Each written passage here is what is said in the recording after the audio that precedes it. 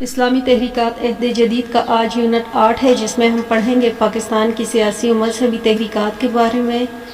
اس میں ہم جماعت اسلامی، تنظیم اسلامی اور تحریک منہاج القرآن ان تحریکات کے بارے میں ڈسکس کریں گے۔ تو سب سے پہلے تو اس کا پوائنٹ 1 ہے جماعت اسلامی، اور جماعت اسلامی کی پہلی ہیڈنگ ہے مولانا مودی رحمۃ اللہ علیہ اور آپ کی دعوتی و تحریکی فکر۔ تو مولانا مودی رحمۃ اللہ علیہ 25 ستمبر 1903 کو جنوبی ہند کے شہر اورنگ آباد میں پیدا ہوئے۔ آپ کے خاندان کا تعلق شمالی ہندوستان کے مسلم معززین سے تھا۔ حیدرآباد دکن میں آ کر آباد ہو گیا۔ آپ کا خاندان صوفیہ کے مشہور سلسلے چشتیہ سے تعلق رکھتا تھا۔ آپ کے والد متوسط آدمی تھے۔ مولانا کی ابتدائی تعلیم والد صاحب کی زیر نگرانی ہوئی اور ابتدائی کتب اور عربی اور فارسی اور اردو زبان و ادب کی تعلیم گھر پر ہی حاصل کی۔ ابتدائی تعلیم کے دوران بھی آپ کی امتیازی حیثیت باقی رہی۔ صرف 11 سال کی عمر میں 8ویں کلاس کے طالب علم تھے۔ نوعمری میں ہی عربی زبان میں خصوصی مہارت حاصل کر لی تھی۔ چنانچہ قاسم امین کی کتاب المراۃ الجدید کا عربی سے اردو میں ترجمہ 14 سال کی عمر میں کیا۔ 15 سال کی عمر میں بخنور سے نکلنے والے اخبار میں ایڈیٹر ہو گئے۔ حکومت وقت نے اس اخبار کو بند کر دیا تو آپ نے رفاعی تنظیموں کے ساتھ مل کر مسلمانوں کی فلاح و بہبود کے لیے کام کرنا شروع کر دیا۔ 16 سال کی عمر میں تحریک احیاء خلافت میں حصہ لیا۔ اس کے بعد اپنے خاندان والوں کے تعاون سے جبل پورے سے ہفتہ وار رسالہ التاج نکلنا شروع ہوا۔ التاج یومیہ اخبار میں تبدیل ہو گیا تو آپ اس کے پہلے مدیر مقرر ہوئے۔ اس دوران آپ نے جو اداریے یا مقالے تحریر کیے وہ سیاسی بصیرت سے پوری طرح ہیں۔ آپ نے اپنے مقالوں کے ذریعے احیاء خلافت کی تحریک کی پوری حمایت کی۔ تحریک خلافت کے حق میں اتنے زوردار مضامین لکھے کہ حکومت نے حفت روضہ تاج کو بند کروا دیے۔ اس کے بعد مولانا مودی رحمۃ اللہ علیہ دہلی واپس چلے گئے، جہاں مولانا محمد علی جوہر جیسے بلند پایہ لیڈر سے تعارف ہو گئے۔ ان کے ساتھ ملاقاتوں کے نتیجے میں ان کے پرچہ ہمدرد سے وابستہ ہو گئے۔ یہی دور تھا جب ان کے سیاسی افکار میں مذہب کا رنگ شامل ہو گیا۔ مولانا مودی نے جمعیت علماء ہند کے ترجمان پرچہ الجمعیت کی ادارت بھی کی۔ الجمعیت کی ادارت میں آپ کو مسلم سیاست کا گہرا شعور حاصل ہو گیا۔ آپ نے سیاست میں کھل کر حصہ لینا شروع کر دیا۔ آپ نے اپنے قلم کی صلاحیتوں کو ہندوستان مسلمان کی دلچسپی کے موضوعات، مثلاً یورپی سامراجیت کے خلاف ترکوں کی مزاحمت، ترک مسلمانوں کی زبوحالی اور ہندوستان میں مسلم اقتدار کی برکات وغیرہ کے لیے بھرپور طریقے استعمال کیے۔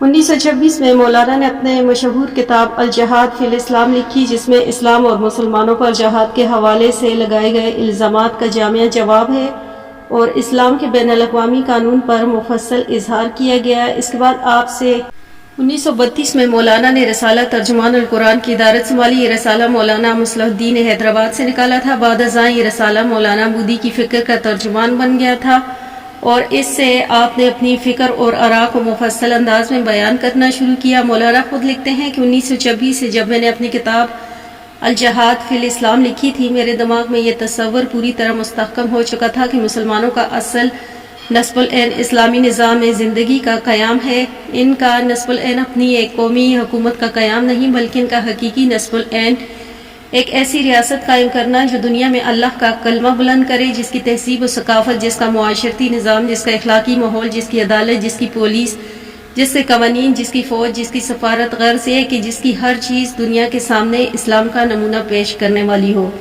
جس کو دیکھ کر یہ دنیا یہ جانے کہ اسلام اور کفر میں فرق ہے اور اسلام ہر حیثیت سے کتنا بلند ہے۔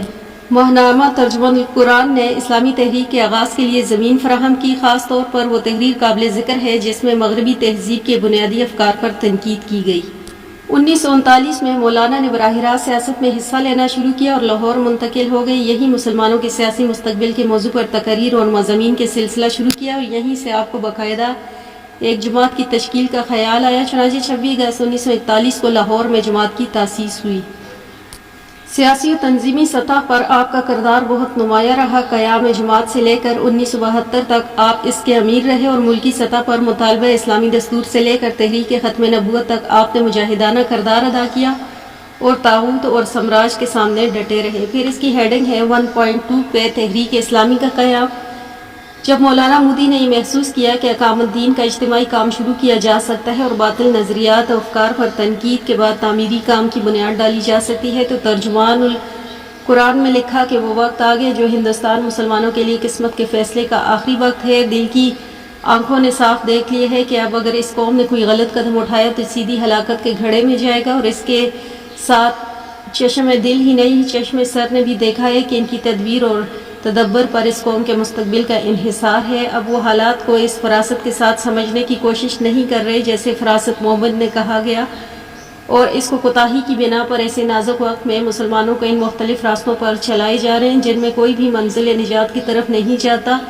اس مرحلے پر پہنچ کر ضمیر نے آواز دی کہ اب وہ وقت خاموش بیٹھنے کا نہیں، اب دین و ملت کے سب سے بڑی خدمت یہی ہے کہ مسلمانوں کو، ان کے عوام و خواص، علماء و زعماء، سب کو ان کی حقیقی خطرات کی طرف توجہ دلائی جائے جو مسلم قوم ہونے کی حیثیت سے ہمیں درپیش ہیں، اور اس کے ساتھ انہیں یہ بھی دلایا جائے کہ تمہارے لیے ہدایت کا اصل سرچشمہ خدا کی کتاب اور اس کے رسول پاک کی سیرت ہے، جس کو چھوڑ کر محض اپنی تدبیر پر بھروسہ کر لینا ہلاکت کا پیش خیمہ ثابت ہوگا۔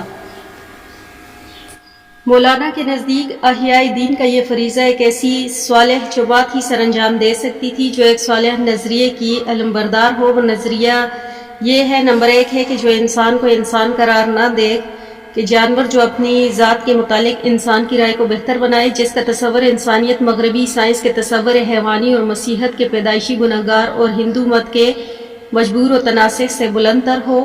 نمبر 2 ہے جو انسان کو مختار متعلق اور شطر بے مہار نہ بنائے بلکہ ایسے سلطان کائنات کے اقتدار اعلیٰ کا تابع قرار دے جو اس کے آگے ذمہ دار اور جواب دہ ٹھہرائے۔ نمبر 3 ہے جو اخلاق کے ایک ایسے قابل عمل ضابطے کا انسان کو پابند بنائے جس میں اپنی خواہشات کے مطابق رد بدل کرنے کا حق اس کو نہ ہو۔ 4 ہے کہ جو مادی بنیاد پر انسانیت کو تقسیم کرنے کے بجائے ایک ایسی اخلاقی اور روحانی بنیاد فراہم کرے جس پر انسانیت متحد ہو سکتی ہو۔ 5 پہ ہے جو اجتماعی زندگی کے لیے ایسے اصول انسان کو دے جن پر افراد اور جماعت اور قوموں کے درمیان صحیح اور متوازن عدل قائم ہو سکے۔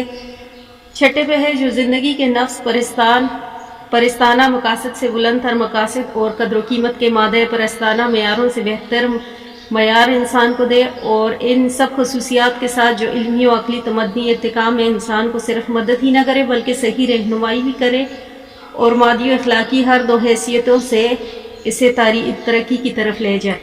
ظاہر ہے کہ ایسا نظریہ اسلام کے سوا اور کوئی نہیں، اس سے انسان فلاح کی توقعات وابستہ کر سکتے ہیں اور اس کی پیروی کر کے انسان کو تباہی ٹل سکتی ہے، لیکن اس کا یہ مطلب نہیں کہ دینہ اسلام کے لیے مفتوح ہونے کو تیار بیٹھی ہے۔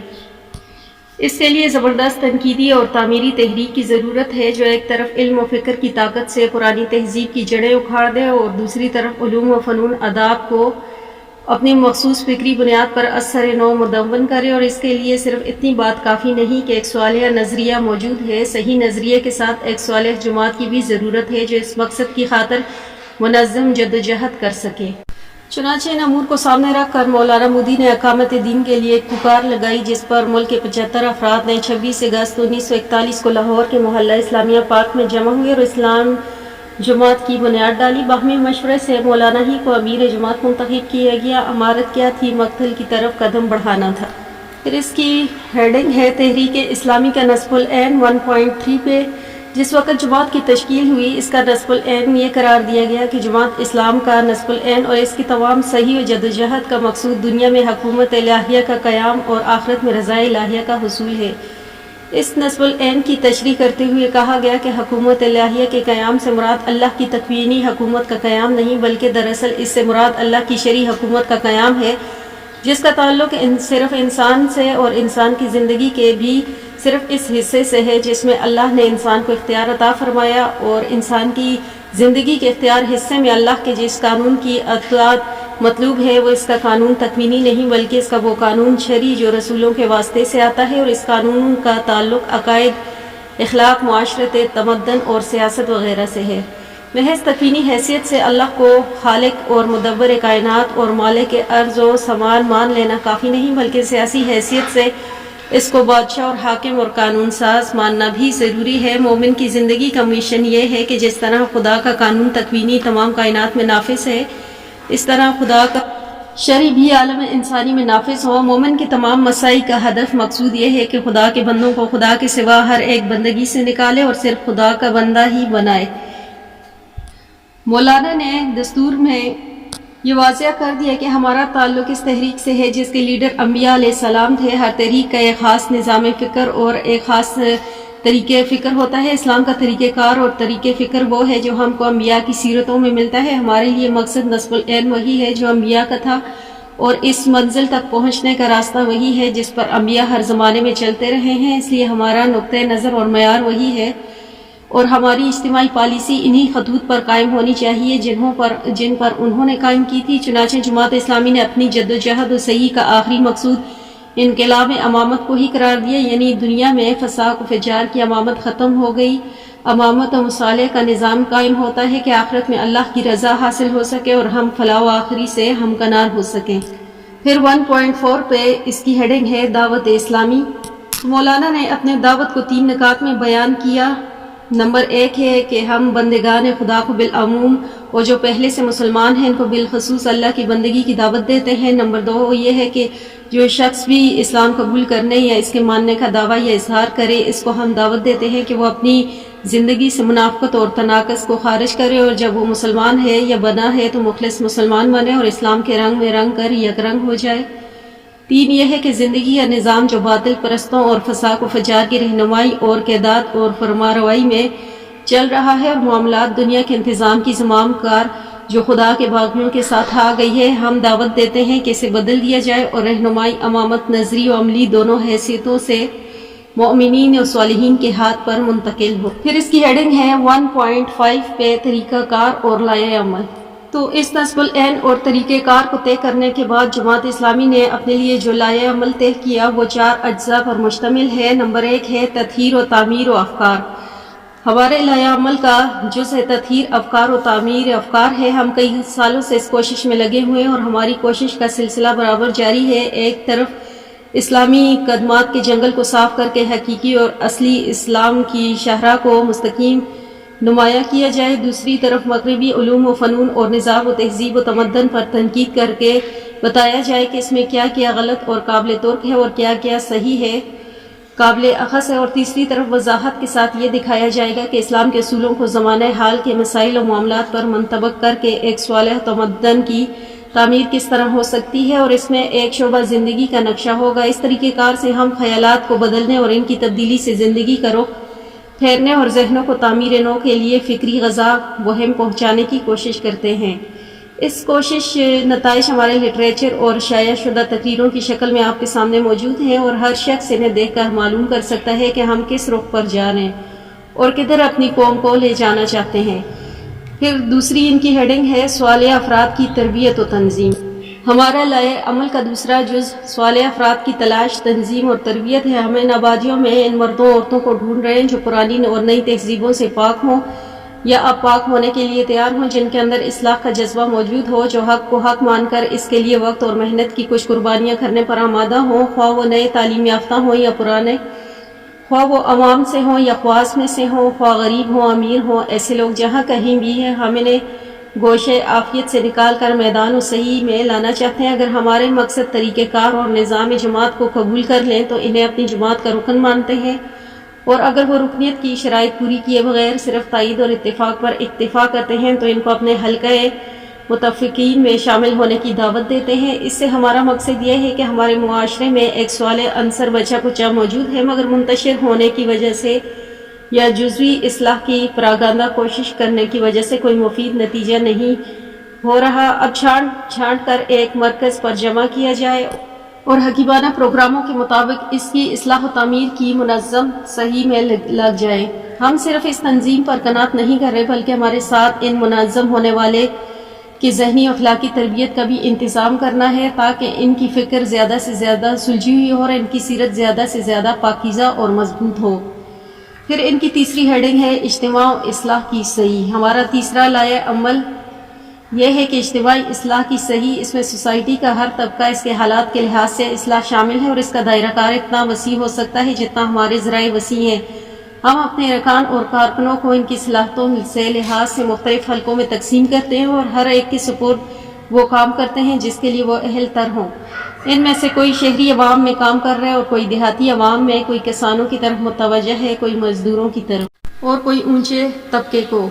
یہ سب اگرچہ اپنے الگ حلقہ ہائے رکھتے ہیں مگر سب کے سامنے ایک مقصد، ایک اسکیم ہے جس کی طرف وہ قوم کے سارے حلقوں کو گھیرا لانے کی کوشش کرتے ہیں۔ ان کا متعین نصب العین یہ ہے کہ اس کے ذہنی، اخلاقی اور عملی انا کو ختم کیا جائے اور پرانے جمودی اور نئے انفعالی رجحانات کی وجہ سے دوسری قوموں میں پھیلی ہوئی اور عوام سے لے کر خواص تک سب میں صحیح اسلامی فکر، اسلامی سیرت اور سچے مسلمانوں کی سی عملی زندگی پیدا ہو۔ یہ کام صرف واعظ و تلقین اور نشر و اشاعت اور شخصی ربط و مکالمہ ہی سے نہیں کیا جا رہا بلکہ مختلف سمتوں میں باقاعدہ تعمیری پروگرام بنا کر پیش قدمی کی جا رہی ہے۔ مثلا ہمارے کارکن جہاں کہیں اپنی تبلیغ سے چند آدمیوں کو متفق بنانے میں کامیاب ہو جاتے ہیں، وہاں انہیں ملا کر ایک حلقہ متفقین منظم کرتے ہیں اور پھر ان کی مدد سے ایک پروگرام کو عمل میں لانے کی کوشش کرتے ہیں۔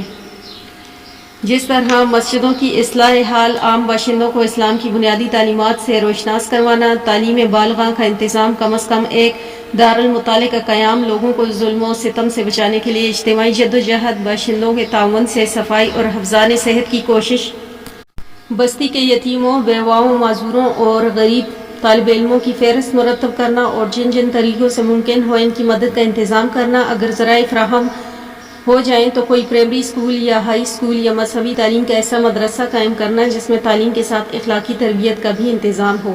پھر اس کا چوتھا لائحہ عمل ہے نظام حکومت کی اصلاح۔ ہمارے لائحہ عمل کا چوتھا جز نظام حکومت کی اصلاح ہے۔ ہم سمجھتے ہیں کہ زندگی کے موجودہ بگاڑ کو دور کرنے کی کوئی تدبیر کامیاب نہیں ہو سکتی جب تک کہ اصلاح کی دوسری کوششوں کے ساتھ نظام حکومت کو درست کرنے کی کوشش نہ کی جائے۔ اس لیے کہ تعلیم اور قانون اور نظم و نسق اور تسکیم رزق کی طاقتوں کے بل پر جو بگاڑ اپنے اثرات پھیلا رہا ہے، اس کے مقابلے میں بناؤ اور سوار کی وہ تدابیر جو صرف واعظ اور تلقین کے ذرائع پر مقصر ہیں، کبھی کارگر نہیں ہو سکتی۔ لہٰذا اگر ہم نے فی الواقع اپنے ملک کے نظام زندگی کو فسق و ضلالت کی راہ سے ہٹا کر دین حق کی صراط مستقیم پر چلنا چاہتے ہیں تو ہمارے لیے ناگزیر ہے کہ بگاڑ کو مسند اقدار سے ہٹانے اور بناؤ کو اس کی جگہ پر متکمل کرنے کی براہ راست کوشش کریں۔ ظاہر ہے کہ اگر اہل و خیر و اصلاح کے ہاتھ میں اقتدار ہو تو وہ تعلیم اور قانون اور نظم و نسق کی پالیسی کو تبدیل کر کے چند سال کے اندر وہ کچھ کر ڈالیں گے جو غیر سیاسی تدابیر سے ایک صدی بھی نہیں ہو سکتا۔ یہ تبدیلی کس طرح ہو سکتی ہے؟ جمہوری نظام میں اس کا راستہ صرف ایک ہے اور وہ ہے انتخابی جدوجہد۔ رائے عام کی تربیت کی جائے، عوام کے معیار انتخاب کو بدلا جائے، انتخاب کے طریقوں کی اصلاح کی جائے، پھر ایسے لوگوں کو اقتدار کے مقام پر پہنچایا جائے جو ملک کے نظام کو خالص اسلام کی بنیادوں پر تعمیر کرنے کا ارادہ رکھتے اور قابلیت بھی۔ خوش قسمتی سے قرارداد مقاصد نے ہمارے راستے سے وہ دستوری رکاوٹیں دور کیں جو ہمارے لیے اب تک اس طریقہ کار کو اختیار کرنے میں سد راہ بنی ہوئی تھیں۔ ان رکاوٹوں کے دور ہوتے ہی ہم نے انتخابات میں حصہ لینا شروع کیا ہے اور اس کام میں وہی مقصد ہمارے پیش نظر ہے جو میں نے ابھی آپ کے سامنے بیان کیا۔ ہمیں اطمینان ہے کہ ہم اس طریقے سے مسلسل کام کر کے اپنے ملک کی پبلک کو بتدریج چند سال کے اندر کافی تربیت دے سکیں گے اور ہر نئے انتخاب کے موقع پر خود بخود پیمائش ہوتی چلی جائے گی۔ اس تربیت کے اثرات کو پبلک نے کس طرح سے قبول کیا ہو سکتا ہے کہ نظام حکومت کے واقعی تبدیلی میں 15 سال صرف ہو جائیں اور اس سے بھی زیادہ، مگر ہم سمجھتے ہیں کہ تبدیلی کا صحیح راستہ یہی ہے اور تبدیلی اس طریقے سے ہوگی وہ انشاءاللہ پائیدار اور مستحکم ہوگی۔ پھر 1.6 میں اس کی ہیڈنگ ہے تحریک اقامت الدین اور جمہوری انتخابات۔ مولانا مودی نے کام جو ابتدائی نقشہ بنایا تھا وہ یہ تھا کہ توسیع دعوت کے جتنے مسائل بھی پہنچیں انہیں استعمال سے زیادہ لوگوں کو ہم خیال بنایا جائے گا، پھر ان میں سے جو لوگ عملاً اس کام کرنے پر آمادہ ہوں انہیں جمع کر کے اور تربیت دے کر ایک ایسا صالح گروہ منظم کیا جائے گا جو ایک متبادل قیادت کا بار اٹھانے کے لائق ہو سکے اور آگے اس امر کا انتظار کیا جائے گا کہ اللہ نے منزل مقصود کی طرف پیش قدمی کے لیے مزید مواقع پہنچائے۔ لیکن اس سلسلے میں جو سوالات اور اعتراضات عوام کے ذہنوں میں پیدا ہو رہے تھے ان کا تجزیہ کرتے ہوئے مولانا نے لکھا کہ اس دور میں سب سے زیادہ جو سوال سوچنے سمجھنے والے طبقے کو پریشان کر رہا تھا وہ یہ تھا کہ آخر ایک ایسے ملک میں جہاں ایک منظم غیر اسلامی ریاست اور وہ بھی زمانے جدید کی ریاست جس سے بڑھ کر زندگی کے تمام پہلوؤں پر حاوی اور مسلط ہونے والی ریاستیں کسی سابق دور میں نہ پائی جاتی ہوں موجود ہیں اور غالب آباد غیر مسلم ہے، اور وہ انقلاب عملاً کیسے رونما ہوگا جو ہم برپا کرنا چاہتے ہیں۔ یہ سوالات اس زمانے میں بار بار میرے ذہنوں میں پیش کیے جاتے تھے۔ اس طرح ایک سوال کے جواب میں نے ترجمان القرآن میں ایک دفعہ لکھا تھا کہ اصول طریق کا یہ ہے کہ پہلے ہم دعوت پیش کریں گے، پھر ان لوگوں کی جو ہماری دعوت قبول کریں گے منظم کرتے جائیں گے، پھر اگر رائے عامہ کی موافقت سے یا حالات کی تبدیلی سے کسی مرحلے پر ایسے آثار پیدا ہو جائیں کہ موجود الوقت دستوری طریقوں سے ہم نظام حکومت کا ہمارے ہاتھوں میں آ جانا ممکن ہو، اور ہمیں توقع ہے کہ ہم سوسائٹی کے اخلاقی، تمدنی اور سیاسی و معاشی نظام کو اپنے اصولوں میں ڈھال سکیں گے، تو ہمیں اس موقع سے فائدہ اٹھانے میں کوئی تعمل نہ ہوگا، اس لیے کہ ہمیں جو کچھ بھی واسطہ ہے اپنے مقصد سے ہے، نہ کہ کسی خاص طریقے سے، لیکن اگر پرامن ذرائع سے جو ہر اقتدار ملنے کی توقع نہ ہو تو پھر ہم دعوت جاری رکھیں گے اور تمام جائز شرعی ذرائع سے انقلاب برپا کرنے کی کوشش کریں گے۔ اس سلسلے میں ایک اور سوال کا جواب دیتے ہوئے اس زمانے میں لکھا تھا کہ الیکشن لڑنا اور اسمبلی میں جانا اگر اس غرض کے لیے ہو کہ ایک اسلامی دستور کے تحت ایک لادینی جمہوری ریاست کے نظام کو چلایا جائے گا تو یہ ہمارے عقیدہ توحید اور ہمارے دین کے خلاف ہے، لیکن اگر اس وقت ہم ملک کی رائے عامہ کو اس حد تک اپنے عقیدے مسلک سے متفق پائیں کہ ہماری یہ توقع ہو کہ عظیم اکثریت کی تائید سے ہم ملک کا دستور حکومت تبدیل کر سکیں گے، تو کوئی وجہ نہیں کہ ہم اس طریقے سے کام نہ لیں۔ جو چیز لڑے بغیر سیدھے طریقے سے حاصل ہو سکتی ہو، اس کو ہم ٹیڑھی انگلیوں سے نکالنے کے ہم کو شریعت نے حکم نہیں دیا، مگر خود سمجھ لیجئے کہ یہ طریقہ کار ہم اس صورت میں اختیار کریں گے جب اولاً ملک میں ایسے حالات پیدا ہوں گے کہ محض رائے عامہ کا کسی نظام کے لیے ہموار ہو جانا عملاً اس نظام کے قائم ہونے کے لیے کافی ہو سکتا ہے۔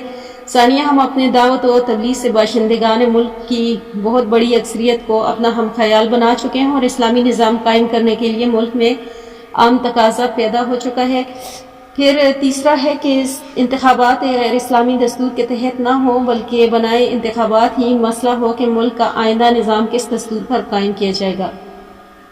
ان تحریروں سے مولانا مودی اور جماعت اسلامی کی سیاسی فکر اور لائحہ عمل کا اندازہ لگایا جا سکتا ہے۔ مولانا مودی نے جو تحریک برپا کی اور اسلامی نظام کی تشریح و توضیح کے لیے اور غیر اسلامی افکار و نظریات پر تنقید و تبصرے کے لیے جو لٹریچر تیار کیا اور تفہیم اور قرآن کے ذریعے قرآن سے امت کو جوڑنے اور اسے زندہ متحرک کتاب الہیہ کی حیثیت سے پیش کرنے کا جو عظیم الشان کارنامہ سر انجام دیا، وہ رہتی دنیا تک فراموش نہیں کیا جا سکتا۔ آج ساری دنیا میں اسلامی انقلاب کی آمد ہے، روس اور امریکہ سے مسلمان آنکھیں ملا کر بات کرتے ہیں، اشتراکیت اور سرمایہ داری اپنے ہی وطن پر اجنبی ہوتی جا رہی ہے اور اسلام ایک تیسری طاقت کی حیثیت سے ابھر رہا ہے۔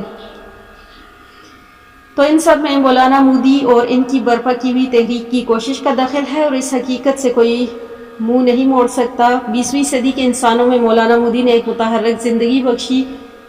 پھر اس کی ہیڈنگ ہے 1.7 پہ جماعت کی تنظیمی ساخت۔ تو جماعت اسلامی کی تنظیمی ساخت اساسی دستور پر مبنی ہے۔ جماعت اسلامی کی تنظیم اسلام کے شرعی اصولوں پر مبنی ہے۔ یہ دستور اگرچہ مستقبل ہے لیکن ان کے تحت تشکیل پانے والے اداروں اور تنظیمی ڈھانچوں میں حالات کے مطابق تبدیلی ہوتی رہتی ہے۔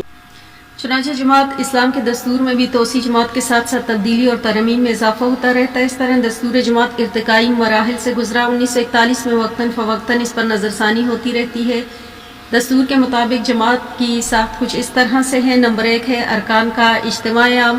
تو جماعت اسلامی پاکستان کے امور میں آخری اختیارات کے ارکان کے اجتماع عام کو حاصل ہوں گے۔ جماعت کے ارکان کا اجتماع عام جماعت کی ضرورت کے پیش نظر مرکزی مجلس شورا یا امیر جماعت جب ضرورت سمجھیں طلب کر سکتے ہیں۔ نمبر 2 ہے امیر جماعت۔ جماعت اسلامی پاکستان کی سربراہی امیر جماعت پر ہے۔ جماعت کے ارکان اس کی اطاعت فی المعروف کے پابند ہیں۔ امیر جماعت بے وقت 5 سال تک برقرار رہے گا اور ارکان جماعت چاہیں تو ایک ہی شخص کو بار بار منتخب کر سکیں گے۔ پھر نمبر 3 ہے مرکزی مجلس شورا۔ تو مجلس شورا جماعت اسلامی پاکستان کے ارکان کی تعداد کم از کم 50 ہوتی ہے، جس کا انتخاب ارکان جماعت اپنے براہ راست ووٹوں سے کرتے ہیں۔ مجلس شورا کے ارکان کا انتخاب 3 سال کے لیے ہوتا ہے۔ پھر اس کے بعد ہے مجلس عاملہ۔ پاکستان اسلامی پاکستان کی ایک مجلس عاملہ ہے جو 15 ارکان پر مشتمل ہے، جس کا انتخاب امیر جماعت مرکزی شورا کے ارکان سے کرتا ہے۔ امیر جماعت اس کا صدر ہوتا ہے اور قیم جماعت بربنائے عہدہ اس رکن کا اور معتمد ہوتا ہے۔ پھر اس کے بعد 5ویں پہ ہے کیم جماعت۔ تو امیر جماعت مجلس شورا کے مشورے سے کیم جماعت کا انتخاب کرتا ہے جو امیر کا مددگار ہوتا ہے۔ 6 پہ ہے مرکزی شعبوں کے ناظمین۔